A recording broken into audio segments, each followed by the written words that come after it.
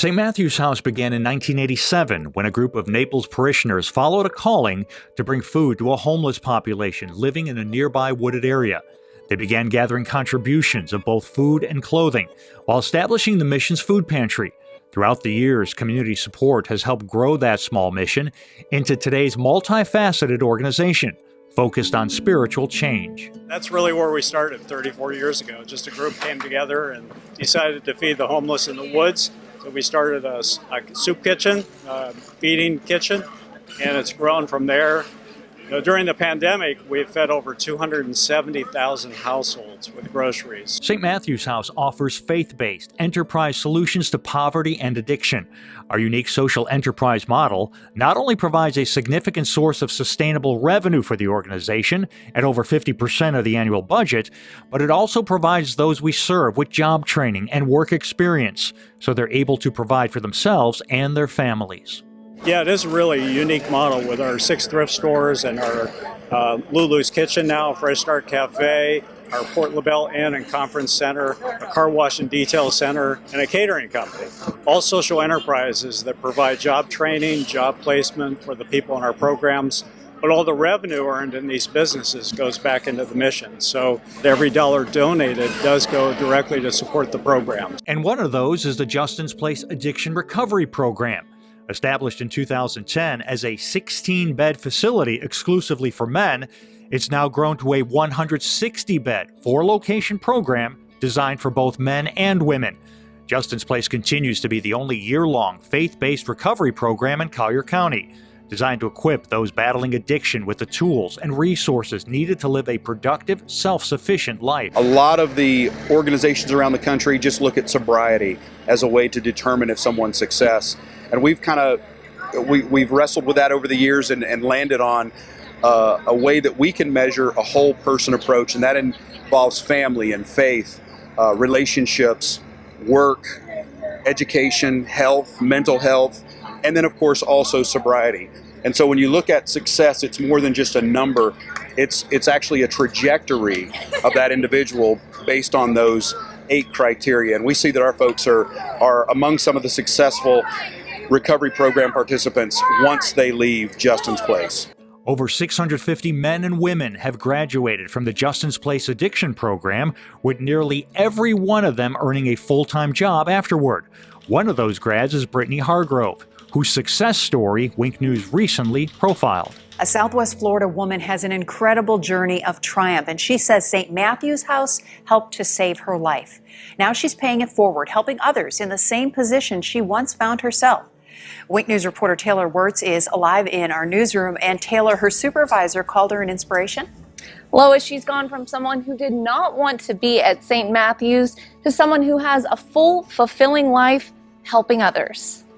Behind bars, addicted to heroin, and often homeless, Brittany Hargrove found herself needing a break in life. I was really just tired of begging for a couple dollars at a time, trying to find somebody who would let me sleep on a couch. I was just looking for something different. Enter St. Matthew's House. Upon her release from jail, Hargrove entered a year-long addiction recovery program with the organization, skeptical of where it would lead. It looked like she was here to figure out how she could get out of here. Nobody wants to open themselves up to accountability from strangers. Like, yes, please walk me through my past trauma and all of my mistakes. Fast forward 8 years. Hargrove is sober, married, a stepmother, about to get her master's degree, and now the director of the same shelter she entered as a broken woman. I think that sort of catches people off guard when I tell them, but to be able to connect with them on a level that builds trust through shared experience, I think opens the door to hopefully make an impact in their life. So Brittany is inspirational. It's been a joy to really watch her, to kind of let her take on some responsibility and just really fine-tune the gifts that God already had placed in her. It's almost immeasurable, the benefit I've received just simply by showing up each day and giving my to people who God brings in through the doors. Our Campbell Lodge and Immokalee Friendship House are the only 2 emergency homeless shelters in Collier County. housing as many as 148 men, women, and children on a nightly basis. So when someone comes into our shelter program, there's structure, there's a daily schedule of what's expected of the resident. And so what that has allowed us to do is really have a community of diversity. So you've got single males, single females, mothers with children in both of the facilities, the Immokalee Friendship House as well as the Campbell Lodge. For 34 years, feeding the hungry has been central to the mission of St. Matthew's House. Each year, our soup kitchens and residential programs serve more than 500,000 hot meals to meet the need of those in the community. Before the pandemic, we fed between 50 and 75 households a week. But today, with the help of our church and community partners, we're feeding between 18 and 20,000 households a month at our drive-through distributions, and the need isn't subsiding. I think St. Matthew's was always there to help. And when it came down to increasing our numbers and being present at the locations in the right areas, we're doing that, and we'll continue to do that as long as it's needed. I see smiles, thank you, tears. I mean, there's some people that because of COVID, still in the fear of COVID, you know, it's a wave, and you know behind their mask that they're smiling. And most of all, it's joy.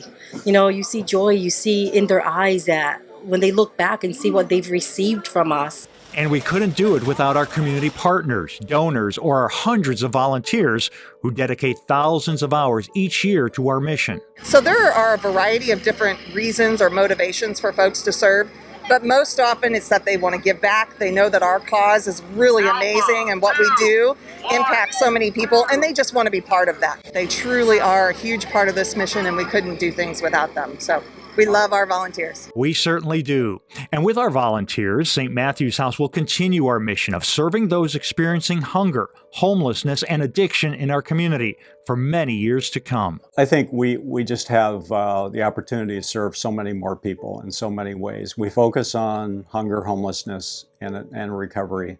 And that will remain our focus, but there's just a lot to do. There's a lot of people that need served. That's my goal, to continue to serve and continue to reach more people, and just continue to encourage everybody that supports St. Matthew's House.